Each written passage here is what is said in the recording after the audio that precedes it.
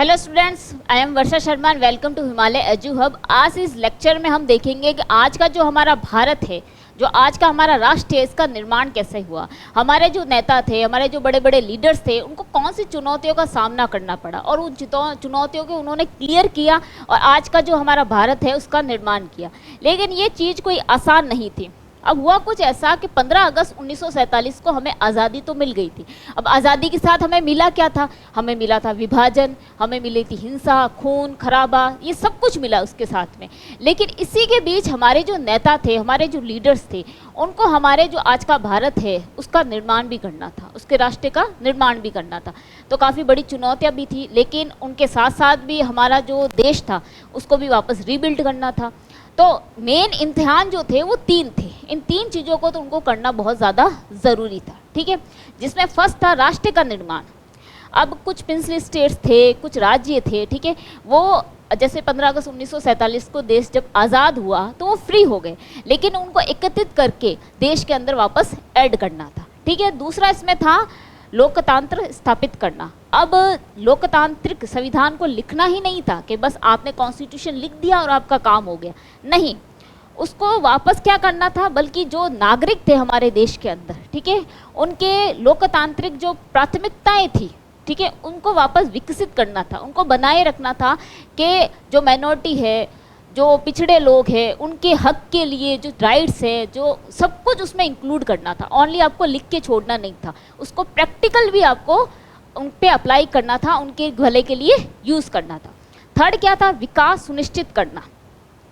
अब आपने राष्ट्र को एक भी कर लिया, अब आपने संविधान को भी लिखना है, ये भी सोच लिया।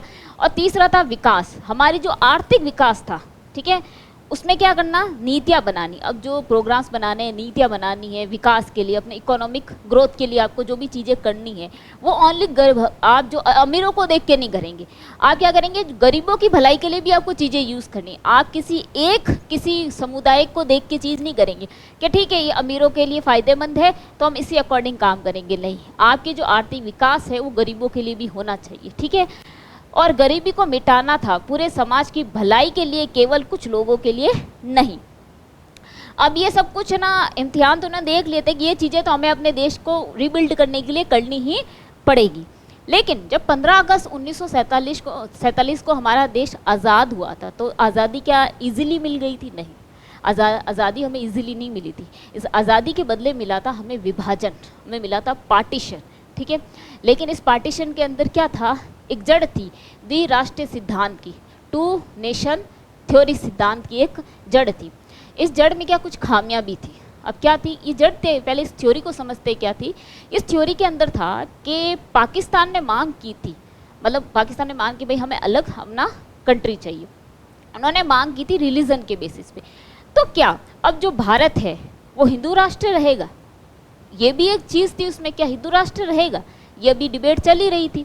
और जब ये पार्टीशन हुआ तो इस पार्टीशन तो हो गया था, लेकिन होते होते पार्टीशन में 4 खामियां भी थी, 4 ऐसे कह सकते हैं एरर थे जो आगे जाके बहुत दिक्कत देने वाले थे। और उस वक्त उन्होंने बहुत दिक्कत भी दी, ठीक है। जो आम जनता थी मोस्टली उनको ये दिक्कत हुई, उनको ये चीज़ें जो हिंसा थी, जो खून खराबा था, ये फेस करना पड़ा।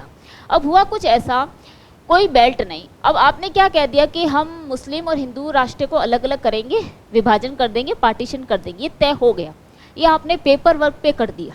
लेकिन क्या ये प्रैक्टिकल लाइफ में अप्लाई कर सकते थे? किया, लेकिन ये सही साबित नहीं हुआ। कैसे? अब वेस्ट पाकिस्तान और ईस्ट पाकिस्तान बनाया गया, ठीक है। यहाँ पे मुस्लिम ज़्यादा रहते हैं तो आपने 2 अलग अलग कंट्री बना दी। अब ये 2 अलग अलग कंट्री नहीं थी, कंट्री एक ही थी, ये दोनों पाकिस्तानी थे। लेकिन आधे इनके रिश्तेदार इधर रह रहे हैं तो आधे ईस्ट पाकिस्तान में रह रहे हैं, और बीच में क्या है? इंडिया है। मतलब एक ही कंट्री है लेकिन उनके बीच में हज़ारों किलोमीटर का क्या है? फासला है। एक तो ये जो जोग्राफिकल जो मैप था ये आपने ठीक से देखा नहीं, आपने बस 2 विभाजन तो कर दिए, लेकिन आपको ये तो देखना था कि एक तो इस कोने में है तो दूसरा उस कोने में है, ठीक है। एक तो ये खामी थी। दूसरी क्या थी कि आपने ये तय कर लिया, खुद जो नेता थे बड़े बड़े, जैसे जिन्ना ने तो मांग कर ली थी हमें पाकिस्तान चाहिए, जिन्ना ने मांग की थी। लेकिन क्या आपने ये देखा कि जो आम जनता है, जो वहाँ जनता रह रही है, क्या उसको पार्टीशन चाहिए? नहीं। इसका एग्जाम्पल है कि सभी मुस्लिम बहुल क्षेत्र पाकिस्तान में शामिल नहीं होना चाहते थे, काफ़ी ऐसे मुस्लिम्स थे, ठीक है, जहाँ काफ़ी मुस्लिम्स एरिया थे जो पाकिस्तान में इंक्लूड नहीं होना चाहते थे, उनका कोई इंटरेस्ट नहीं था। आप इस चीज़ से समझ सकते हैं कि नॉर्थ वेस्ट फ्रंटियर प्रोविज़न, ठीक है, इसके एक बहुत बड़े नेता थे खान अब्दुल गफर खान, ठीक है, इन्होंने रिजेक्ट किया था कि हम पाकिस्तान में इंक्लूड नहीं होना चाहते, हमें कोई अलग से पाकिस्तान नहीं चाहिए। लेकिन इनकी सुनी नहीं गई, ठीक है, इनकी बिल्कुल नहीं सुनी गई। और जिन्ना के कहने पर, और जिन्ना ने तो वही विभाजन के बीच बोए थे कि नहीं, हम अगर यहाँ रहे, हम तो माइनॉरिटी है और हमें हक नहीं दिए जाएंगे। क्या आम जनता से पूछा गया जिनके लिए आप विभाजन कर रहे हो, क्या उनसे पूछा गया कि उनको विभाजन चाहिए कि नहीं चाहिए? उनको विभाजन नहीं चाहिए था। और जो अब्दुल गफर खान जो थे, इनको हम फ्रंटियर गांधी भी कहते हैं, इसके नाम से ये जाने जाते हैं, और इन्होंने इसके खिलाफ आवाज़ उठाई थी, लेकिन इनकी बिल्कुल भी नहीं सुनी गई, ठीक है। सबसे दर्दनाक कौन सा था? पंजाब और बंगाल का विभाजन। जो इसका ना विभाजन हुआ था, ये बहुत ख़राब हुआ था, बहुत दर्दनाक था। कैसे? अब इन प्रांतों में कुछ क्षेत्रों में बड़ी गैर मुस्लिम बहुसंख्या थी, जिससे एक पूर्व विभाजन हुआ। कई लोगों को स्वतंत्रता दिवस पर यह भी नहीं पता था कि वो किस देश में है। अब क्या, पंजाब और बंगाल में कई सालों से हिंदू सिख जो मुस्लिम्स थे एक साथ रहते आए थे, ठीक है। अब इनको कह दिया गया कि नहीं, अब आप यहाँ नहीं रहेंगे, आप तो उधर रहेंगे और आप इधर रहेंगे। मतलब रातों रात क्या कर दिया गया, इनके बीच में एक लकीर खींच दी गई, बाउंड्री खींच दी गई, ठीक है, अलग अलग देश बना दिए गए। और आपको जान के ये बड़ा हैरानी होगी बड़ी कि जब हमारा स्वतंत्रता दिवस था, उस दिन तक लोगों को पता ही नहीं था कि हम पाकिस्तानी हैं या हम हिंदुस्तानी हैं, हम किसकी साइड है, ये लोगों को अंदाज़ा ही नहीं था। और इस विभाजन में आपको पता ही होगा कि पंजाब और बंगाल में जब विभाजन हुआ था तो काफ़ी लोगों की जानें भी गई थी, ठीक है। इस पार्टीशन में काफ़ी हिंसा भी हुई थी, खून खराबा भी हुआ था।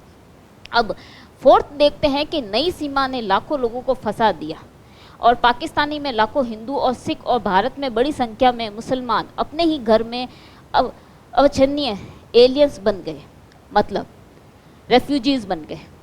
कैसे? अब पार्टीशन तो हो गया था, लेकिन काफ़ी ऐसे हिंदू और सिख थे जो अभी क्या थे, पाकिस्तान में ही बसे हुए थे, और काफ़ी ऐसे मुस्लिम्स भी थे जो अभी इंडिया में ही थे, हिंदुस्तान में ही बसे हुए थे। अब उनको थोड़ी है कि भाई तुमने पार्टीशन किया, वो अपना घर क्यों छोड़ेंगे, तुमने तो पार्टीशन कर दिया, लेकिन वो कई सालों से वहीं रहते आ रहे हैं।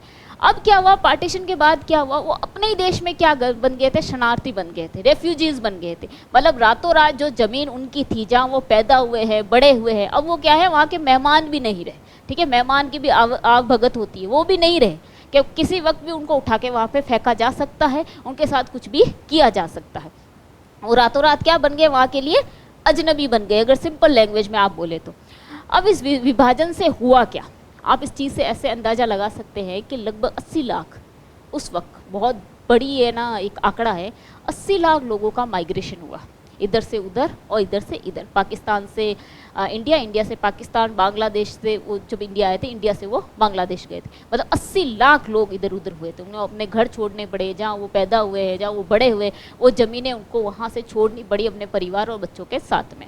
और इसी के बीच ये जो हिंसा हुई थी, खून खराब हुआ था, तो एक आंकड़ा कहता है कि 5 से 10 लाख लोग इसमें मारे गए थे।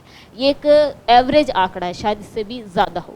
और इसके अंदर जो सबसे ज़्यादा जिसने फेस की थी चीज़ें, वो थी औरतें और बच्चे, ठीक है। औरतों का अपहरण कर लिया गया, परिवार बिखर गए, लाखों लोगों को एकमात्र घर शरणार्थी शिविर बन गया। मतलब उनका जो खुद का घर था, जिस ज़मीन पर वो रह रहे थे, अब वो ना क्या है, वहाँ के रेफ्यूजीज़ है, वो टेंट में रह रहे, रेफ्यूजीज़ है, ठीक है। अब उनके पास कोई घर वर नहीं है वहाँ पे। और इसी के बीच हमारी उस वक्त की एक कवित्री थी, ठीक है, अमृता प्रीतम, उन्होंने टुडे आई कॉल वारिस शाह लिखी थी। उसमें इन्होंने बोला कि आज लाखों बेटियां तुम्हें पुकारती है, वारिस शाह, ठीक है। उठो ओ दुखी लोगों के कथाकार, उठो अपने पंजाब को देखो, आज खेत लाशों से अड़े पड़े हैं और चुनाव खून से भरे हैं। इनका सिंपल मतलब कहना ये था कि विभाजन तो हो गया, लेकिन इस विभाजन के बदले आपको मिला क्या है, ठीक है। ओनली विभाजन, आपको एक देश ही नहीं मिला, इस देश के मतलब बदले आपको मिला है खून खराबा, ठीक है। ओनली पार्टीशन तो देश का नहीं हुआ है, पार्टीशन हुआ है लोगों की रूह का, लोगों के दिलों का। इनका कहना ये था कि पार्टीशन कोई शांति का प्रतीक नहीं था, इसमें लाखों लोग मरे, लाखों लोग इधर से उधर हुए और सबसे ज़्यादा जो चीज़ें फेस करनी पड़ी वो बहू बेटियों को, महिलाओं को करनी पड़ी और बच्चों को फेस करनी पड़ी। औरतों के साथ रेप हुए थे, उनका अपहरण कर लिया गया, लाखों लोग बिछड़ गए, आज भी नहीं मिले, उनका पता भी नहीं था कि हमारे जो परिवार का जो इंसान है वो जिंदा है भी या नहीं है। तो आप सोच सकते हैं कि पार्टीशन का गांव कितना बड़ा था। अब क्या हुआ, अब पार्टीशन तो हो गया, लेकिन अब राष्ट्र की आत्मा, अब जब पार्टीशन हुआ तो एक प्रश्न आया कि विभाजन धर्म के आधार पर हुआ था, क्या भारत का अब हिंदू राष्ट्र बनेगा? अब क्या था, पाकिस्तान ने तो क्या कहा था कि हमें मुस्लिम राष्ट्र चाहिए, तो क्या अब एक सवाल ये उठा वहाँ पे, तो क्या अब भारत भी क्या बनेगा, हिंदू राष्ट्र बनेगा? पाकिस्तान ने तो कह दिया कि हमें तो क्या है, हमने तो अगर अपना पार्टीशन करवाया है तो हमें मुस्लिम राष्ट्र चाहिए था इसलिए हमने करवाया।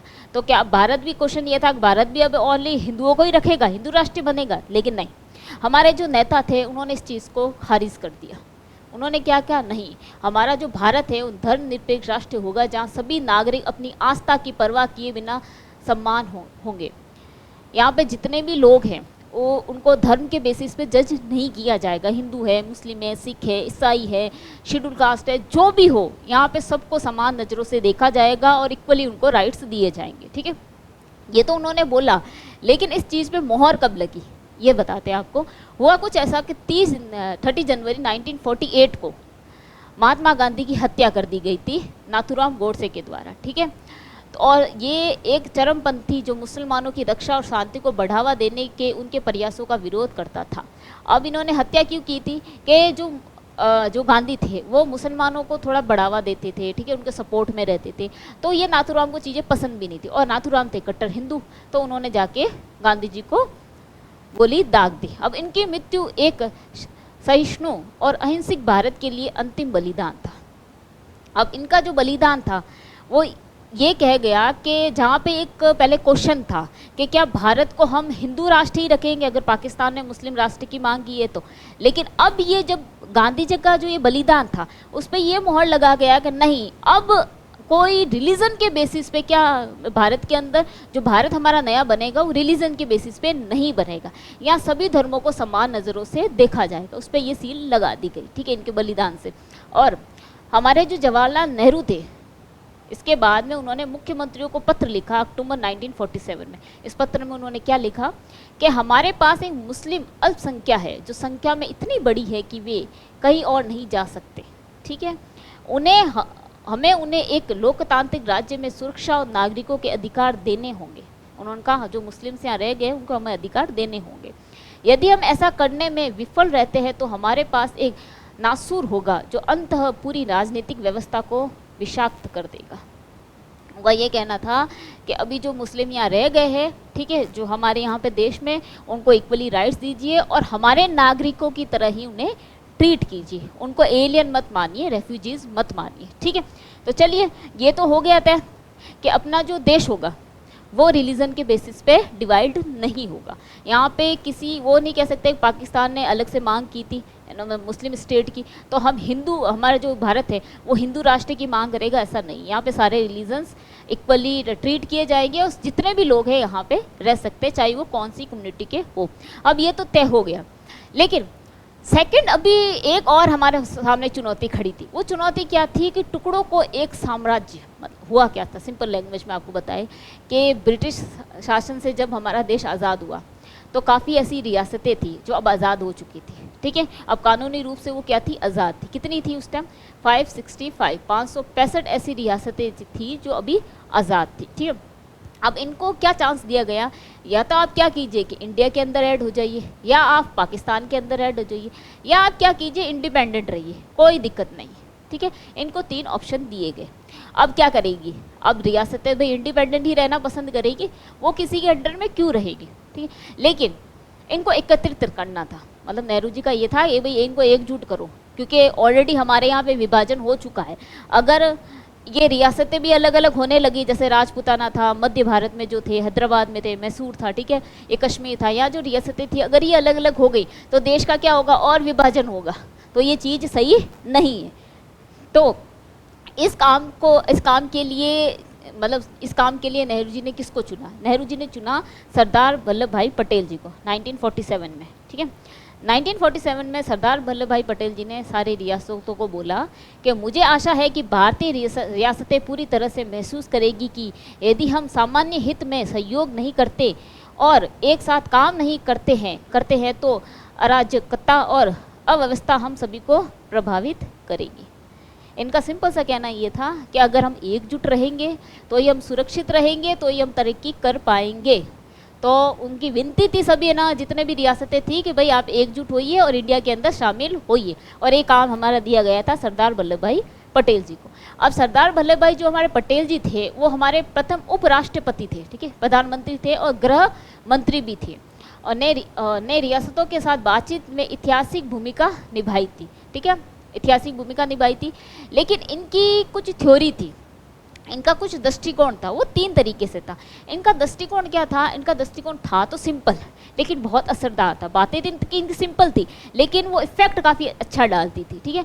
The governments approach was guided by the three consideration, जिसमें फर्स्ट क्या था? जन इच्छा। इनका कहना था कि रियासतों के अधिकांश लोग स्पष्ट रूप से भारतीय संघ का हिस्सा बनना चाहते हैं। उन्होंने कहा जो रियासतों में जितने भी लोग हैं वो मोस्टली किस में ऐड होना चाहते हैं? इंडिया में ऐड होना चाहते हैं। सेकंड इनका था कि लचीली, मीन्स उन्होंने कहा कि अगर हमें रियासतों को ऐड करना है, ठीक है, तो हम आपके भी कुछ जो वादे हैं, जो आप कह रहे हैं कि हमसे वादे कीजिए, ये हमारी जो चीज़ें हैं ये मानिए, हम मानेंगे, कोई दिक्कत नहीं है। जैसे आप कह सकते हैं कि जैसे उन्होंने राजपूतानों को जब ऐड किया था, ठीक है, राजस्थान के राजपूतानों को ऐड किया था, तो उनको कई सालों तक क्या कहा था कि आपको पेंशन दी जाएगी और आपकी सुरक्षा की जिम्मेदारी हमारी रहेगी। तो कुछ ऐसे वादे किए गए, कुछ इनकी चीज़ें मानी गई थी, ठीक है।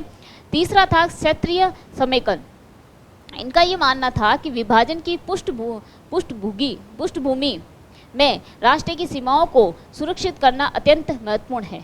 उनका ये कहना था कि अगर हम इन जो भी ये रियासतें हैं, राज्य, इनको ऐड करेंगे अपने अंदर, अगर हम इनको इंडिया के अंदर ऐड करेंगे तो इससे हमारा जो राष्ट्र है उसकी जो बाउंड्री है वो क्या रहेगी? सुरक्षित रहेगी। मतलब ये 3 था कि हमारी भी सुरक्षित रहेगी, और रियासतों को कहना और स्टेट्स का, दूसरे स्टेट्स को कहना ये था कि आप भी सुरक्षित रहेंगे और आपकी जो इच्छा है वो हम भी मानेंगे, और आपकी जो जनता है वो मोस्टली है ना इंडिया में ऐड होना चाहती है, ठीक है। तो इनके सिंपल से लॉजिक थे। तो अब इससे कॉन्क्लूजन क्या निकला? इससे कॉन्क्लूजन ये निकला कि मोस्टली जो शासक थे उन्होंने साइन किए, किस पे किए? अधिमिलन पत्र पे, ठीक है, एक इंस्ट्रूमेंट ऑफ एसेशन था जिस पे इन्होंने साइन किए थे कि हम आपके क्या होंगे, इसके अंदर ऐड होंगे, हम ये मंजूर करते हैं। तो जो भारत संघ का हिस्सा बनने के लिए सहमत होने वाला एक कानूनी एक दस्तावेज था। इस दस्तावेज पे साइन किए कि हाँ हम इंडिया के अंदर ऐड होंगे, कोई दिक्कत नहीं। अब इंडिया के अंदर काफ़ी 565 में से लगभग सारे इंडिया के अंदर ऐड हो चुके थे, लेकिन 2 ना रियासतें ऐसे थी, ठीक है, जो ऐड तो हुई थी लेकिन कुछ मुद्दों को लेके ऐड हुई थी, ठीक है, वो इजीली ऐड नहीं हुई थी।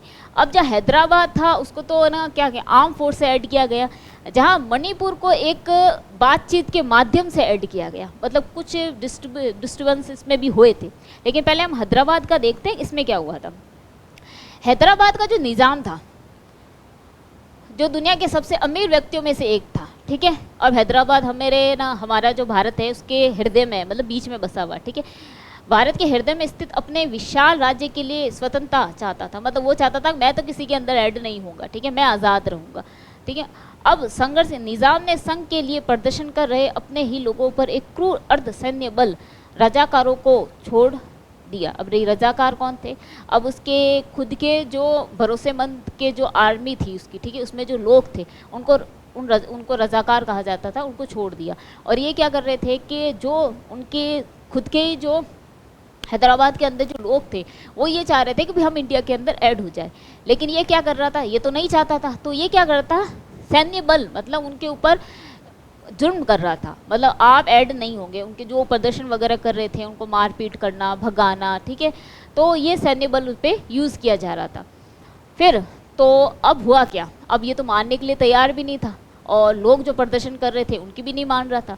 तो यहाँ चलाया गया था ऑपरेशन पोलो। ऑपरेशन पोलो यहाँ चलाया गया और फोर्सफुली चलाया गया, ठीक है, और इसके थ्रू हैदराबाद को क्या इंडिया के अंदर ऐड किया गया। मतलब ये बातचीत से नहीं हुआ था, ये आर्म फोर्स से हुआ था। अब ये हुआ कब था? सितंबर सितंबर 1948 में भारतीय सेना ने हस्तक्षेप किया। कुछ दिनों में ही लड़ाई के बाद निजाम ने आत्मसमर्पण कर दिया और हैदराबाद का भारत में विलय हो गया। उसने आत्मसमर्पण कर दिया और भारत में इसका विलय हो गया। अब मणिपुर का क्या सीन था? मणिपुर का ये था कि महाराजा ने अधिमिलन पत्र पर जो साइन किए, लेकिन आंतरिक स्वायत्त बनाए रखने की मांग की। ठीक है, कि कुछ ऐसे मुद्दे होंगे जो हम ही सॉल्व करेंगे, उसमें जो इंडिया जो सेंट्रल गवर्नमेंट है वो इंटरफेयर नहीं करेगी। ठीक है, एक तो ये था। अब हुआ कुछ ऐसा था कि लोकतांत्रिक मील का पत्थर सार्वजनिक दबाव में, अब सार्वजनिक दबाव में मणिपुर ने जून 1948 में चुनाव करवाए। आप देखिएगा 1948 में मणिपुर के अंदर चुनाव हो चुके थे। ठीक है, यूनिवर्सल एडल्ट फ्रेंचाइज, जिसमें 21 साल की आपकी उम्र है, अब तो 18 साल है। ठीक है, उस टाइम जो 21 साल के लोग थे, ठीक है, वो इसमें क्या कर सकते थे, मणिपुर के अंदर ना चुनाव कराए गए और वो वहाँ पे वोट दे रहे थे। इंडिया के अंदर जनरल इलेक्शन कब हुए थे? 1952 में हुए थे इंडिया के अंदर, लेकिन इंडिया से पहले ही मणिपुर में इलेक्शन हो चुके थे। ठीक है, अब हुआ कुछ ऐसा कि मणिपुर में मतदान था, तो मतलब वोट तो हो चुके थे, सब कुछ हो चुका था, और जनरल इलेक्शन इंडिया के हुए थे 1952 में। लेकिन प्रॉब्लम क्या थी? प्रॉब्लम ये थी कि अब हुआ यह मतधारी के हुआ ऐसा था कि मत अधिकार के आधार पर चुनाव करवाने वाला भारत का ही पहला हिस्सा तो बन गया था, लेकिन प्रॉब्लम ये थी कि जो महाराजा थे, ठीक है, उन्होंने साइन तो किए कि ठीक है हम ऐड हो जाएंगे, लेकिन कुछ हमारी शर्तें हैं, कुछ ऐसी चीज़ें हैं जो आपको हमारी माननी पड़ेगी। हम कुछ हमारे ऐसे ना स्टेट के अंदर जो इंटरनल कुछ ऐसे मुद्दे होंगे जिस पे सेंट्रल गवर्नमेंट क्या नहीं करेगी, इंटरफेयर नहीं करेगी, और चुनाव भी इनके पहले हो गए थे। तो समाधान भी किया गया कि ठीक है आपके चुनाव भी पहले हो चुके हैं, हमारे जो इंडिया के चुनाव वो 1952 में हुए थे।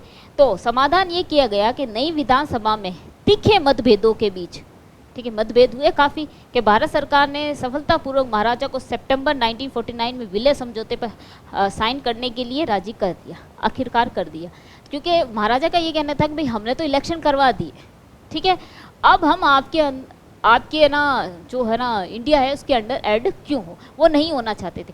लेकिन जो विधानसभा थी उसमें उनको राजी किया गया कि देखिए इलेक्शन हो गए, कोई बात नहीं, आपके वापस नहीं करवाए जाएंगे, जो आगे वाले जनरल इलेक्शन होंगे वो बाकी स्टेट्स के लिए होंगे, और आपके कुछ ऐसे मुद्दे होंगे जिसमें हम इंटरफेयर नहीं करेंगे। तो कुछ शर्तें की गई और फाइनली बातचीत करके जो मणिपुर था उसको भी ऐड कर दिया गया। ठीक है, तो ये यहाँ ख़त्म हुआ। लेकिन अब एक तीसरा और सबसे बड़ा हमारे सामने एक ना चुनौती थी, क्या थी कि अधूरा नक्शा। अब आपने बाहर जो रियासतें थी उनको ऐड कर दिया, अब आपने क्या किया कि जितने भी राज्य थे उनको भी ऐड कर दिया, अब विभाजन भी हो गया। लेकिन सबसे बड़ी चुनौती थी कि देश के अंदर जो राज्य थे, ठीक है, उनकी बाउंड्री तय करना। अब हुआ कुछ ऐसा था कि जब देश आज़ाद नहीं हुआ था उससे पहले जो कांग्रेस पार्टी थी उन्होंने एक वादा किया था कि जब भी देश आज़ाद होगा, ठीक है, 1920 में उन्होंने वादा किया कि जब भी हमारा देश आज़ाद होगा तो राज्यों को भाषाओं के बेसिस पे बनाया जाएगा। ठीक है, उन्होंने वादा किया, क्या किया जाएगा, भाषाओं के बेसिस पे बनाया जाएगा, जिससे उनका कल्चर है, उनकी लैंग्वेज है वो बची रहे। ठीक है, लेकिन बाद में उन्होंने ये नकार दिया। क्यों नकारा? एक तो विभाजन हुआ था, ठीक है, रिलीजन के बेसिस पे हुआ था विभाजन। एक उन्होंने जैसे तैसे करके जो रियासतें थी, दूसरे स्टेट्स थे, ठीक है, उनको अपने अंदर ऐड किया था। तो अब उनमें यह डर था कि बाय चांस अगर हम भाषा के आधार पे अगर हमने राज्य बनाए तो फिर से विभाजन होंगे देश के। तो इसको लेके उन्होंने क्या किया कि इसको रद्द कर दिया कि नहीं, हम भाषा के अकॉर्डिंग राज्य स्टेट्स नहीं बनाएंगे। अब यहाँ हुए प्रदर्शन, कहाँ हुए? सबसे पहले कहाँ हुआ के विरोध हुआ, विरोध प्रदर्शन हुआ। सबसे पहले हुआ पुराने मद्रास प्रांत में, ठीक है, तेलुगु भाषा क्षेत्रों में हुआ था, वहाँ पे जाके प्रदर्शन हुआ। और वहाँ पे क्या मांग उठी कि विशालांध्र आंदोलन ने एक अलग आंध्र राज्य की मांग की कि हमें क्या चाहिए, एक अलग से हमारा आंध्र राज्य चाहिए। और इसके लिए पोटी श्रीमालू, ठीक है, एक वयोवृद्ध गांधीवादी और एक कांग्रेस नेता थे, और ठीक है, वो उन्होंने क्या किया, वो अनंत काल तक क्या बैठ गए, भूख हड़ताल पे बैठ गए कि जब तक ना हमारे अलग आंध्र राज्य की मांग को पूरा नहीं किया जाएगा जब तक मैं खाना नहीं खाऊंगा। अनशन पे बैठ गए। अब इससे हुआ क्या, इसे क्या हुआ कि 56 दिनों तक ये बैठे रहे और आखिरकार इनकी मौत हो गई, इनका निधन हो गया। और जैसे इनका निधन हुआ, क्या हुआ, अशांति और हिंसक विस्फोट, मतलब लोग और आक्रोश में आ गए और प्रदर्शन करने लगे। और आखिरकार जो हमारे नेहरू जी थे वो क्या लेके आए थे, SRC, स्टेट रीऑर्गेनाइज कमेटी लेके आए। और इस कमेटी में उन्होंने क्या कहा, उन्होंने जो अलग आंध्र राज्य की मांग थी 1952 में, दिसंबर 1952 में, ठीक है, जो उन्होंने क्या कहा कि भाई जो अलग आंध्र राज्य की मांग कर रहे हैं आप, ठीक है, हम मानते हैं, कोई दिक्कत नहीं। क्योंकि लोग है ना जगह जगह क्या कर रहे थे, प्रदर्शन कर रहे थे, दंगे कर रहे थे, विस्फोट कर रहे थे, तो उनको लास्ट में ये चीज़ माननी पड़ी ना। 1952 में उन्होंने ये चीज़ मानी थी, लेकिन देश आज़ाद होने के बाद में जो चुनौतियाँ उन्होंने देखी थी, ठीक है, जो विभाजन देखा था, उनके डर से उन्होंने वो रद्द कर दिया था। लेकिन अब सिचुएशन ऐसी आ गई थी कि उनको वापस ये चीज़ माननी पड़ी, ठीक है। तो चलिए ये भी ख़त्म हुआ है यहाँ पे। अब लेकिन एक ख़त्म अभी नहीं हुआ है, लेकिन एक चीज़ सामने आई, अब एक मोड़ सामने आया, मतलब ऐसी एक इंटरेस्टिंग मोड़ आया कि जब आंध्र ने अलग अलग स्टेट की मांग की और उसको दे दी गई, तो उसके आसपास डोमेन प्रभाव का मतलब होता है जब एक राज्य भाषा के आधार पर अलग राज्य की मांग करता है तो उसके आसपास वाले जितने भी राज्य वो क्या कर रहे हैं, अब अलग राज्य की मांग करने लगे, ठीक है। तो अलग राज्यों की मांग करने लगे तो औपचारिक एक समाधान निकाला गया, जिसमें केंद्र सरकार ने 1953 में राज्य पुनर्गठन आयोग नियुक्त किया। इसकी रिपोर्ट के आधार पर 1956 में राज्य पुनर्गठन अधिनियम पारित किया गया। अब ये जो राज्य पुनर्गठन आयोग नियुक्त किया गया था, इसमें क्या था कि ये जांच पड़ताल करेगा, ठीक है, ये अपनी रिपोर्ट तैयार करेगा कि जो राज्य अलग भाषा के आधार पर राज्य की मांग कर रहे हैं क्या वो सही है नहीं है, ठीक है, पहले उसकी जांच पड़ताल होगी, उसके बाद में उसको दर्जा दिया जाएगा। तो इसकी रिपोर्ट के आधार पर क्या किया गया है, भाषा के आधार पर 14 राज्य और 6 केंद्रीय शासित प्रदेश उस वक्त बनाए गए थे, ठीक है, इसकी रिपोर्ट के आधार पर। लेकिन अब डर क्या था, जो हमारे नेता थे उसमें क्या डर था कि कहीं हमने भाषा के आधार पर राज्य तो बना दिए, कई राज्य बना दिए, लेकिन अब वापस विभाजन का बीज यहाँ पर ना आ जाए, बीज ना बो दिया जाए। लेकिन ऐसा कुछ भी नहीं हुआ। उल्टा लोगों में क्या हुआ कि लोगों को लगा कि हमारा जो कल्चर है, हमारी जो लैंग्वेज है, उसको राष्ट्रीय स्तर पर क्या दिया जा रहा है, सम्मान दिया जा रहा है। तो उसमें उनमें क्या हुई, वापस एकता, मतलब कह सकते हैं कि वो वापस एकजुट हुए, ठीक है, उनमें एकता आई कि नहीं, हमारे कल्चर और हमारी भाषा को नज़रअंदाज नहीं किया जा रहा है, गवर्नमेंट क्या कर रही है, इसको सपोर्ट कर रही है। तो ये जो भय था कि वापस ना क्या हो सकता है, विभाजन हो सकता है भाषा के आधार पर, इसको पूरी तरह ये चीज़ें वहाँ पूरी तरह खारिज साबित हुई। अब जो आज की पूरी क्लास थी, इससे हमें क्या सीखने को मिलता है, इसको एक लैंग्वेज में हम क्या कह सकते हैं, ठीक है, इस लैंग्वेज में, इस सिंपल लैंग्वेज में इसको कह सकते हैं बहुलवाद। अब ये बहुलवाद क्या है, इसका मतलब कि जो पहले दशक में सिद्ध कर दिया कि भारत एकता, मतभेदों को अस्वीकार करने पर नहीं बल्कि उन्हें स्वीकार करने और समायोजित करने पर आधारित थी। लोकप्रिय विरोध से उत्पन्न भाषाई पुनर्गठन ने राष्ट्र की आधारशिला के रूप में विविधता की स्वीकृति को रेखांकित किया। सिंपल ये था कि जहाँ हमें क्या करना था, इसका मतलब ये है कि आप जो लोग मांग कर रहे हैं, भाषा के आधार पर मांग कर रहे हैं, ठीक है, अलग अलग उनके विचार है, उनको क्या किया, नज़रअंदाज नहीं किया, उनको क्या किया, स्वीकार किया। और स्वीकार करना क्या सही रहा। अगर उनको स्वीकार किया तो उन्हें भी लगा कि हमारे जो कल्चर है, हमारी जो लैंग्वेज है, हमारी जो बातें हैं, ठीक है, जो हमारी ना सोसाइटी है, उनका एक ग्रुप होता है भाई, वहाँ पे उनके रिलीजन होता है, कल्चर होता है, उनकी जो लैंग्वेज होती है, उनको नज़रअंदाज नहीं किया जा रहा है। उनको एक राष्ट्र में, हम नेशन के अंदर एक सम्मान तरीके से इसको देखा जा रहा है। तो ये कहीं गलत साबित नहीं हुई, इन्होंने उल्टा क्या किया और हमारे देश को मजबूत किया है, ठीक है। तो भारतीय लोकतंत्र एक संविधान या चुनाव से कहीं अधिक है।